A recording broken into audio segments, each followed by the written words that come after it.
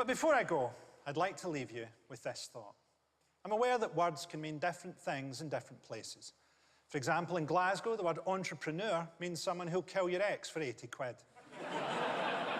But what about the word superstition? I'd say that I'm highly sceptical of most superstitions. I don't believe that drinking the blood of virgins keeps you young. I just like the taste.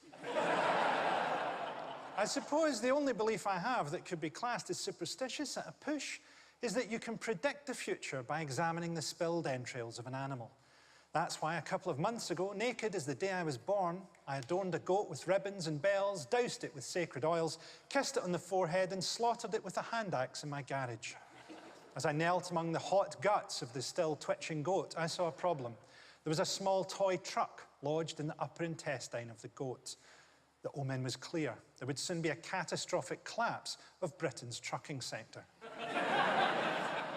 As I'm heavily invested in both the UK road haulage industry and a variety of people trafficking schemes, I had to do something. I needed to focus. So, using a basic honey and CBD oil base, I mixed a 50-50 blend of ketamine and MDMA and washed it down with 4 Red Bulls and the remains of a Wall's Viennetta, which I found at the back of a garage chest freezer, next to what looked like a human hand, but I may have been hallucinating by then.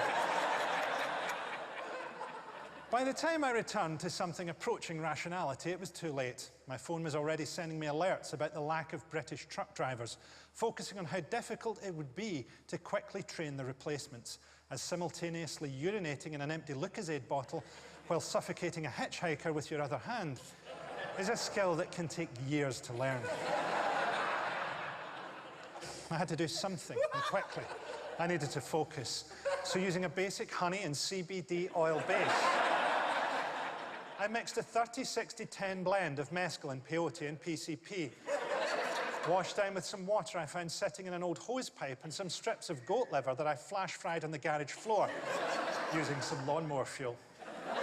By the time I returned to something approaching rationality, I was already 20 minutes late for recording my film review podcast, Focus on Film, brackets, Location. I'd arranged to have a chat with Laura Simons, who'd worked as assistant location manager on Christopher Nolan's Interstellar, which is one of my top 10,000 films of all time.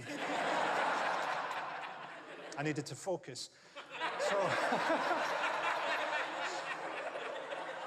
using a basic honey and CBD oil base, I mixed a 30-12-18-40 blend of heroin, Xanax, mushrooms, and fentanyl, and washed it down with some semi-fermented goat urine, which I sucked straight from the bladder. By the time I returned to something approaching rationality, I found myself with my head caught sideways in the abdominal cavity of the goat. In 6 days after I first led Snowflake into my garage, I was freed by a traumatized postman, to whom I would like to apologize. And I'd also extend that apology to Laura Simons. Laura, thank you for arriving on time to our meeting at Cafe Nero. That naked man tangled in strips of animal hide and screaming about the British trucking industry was me. But I can see why you felt the need to taser me. Good night.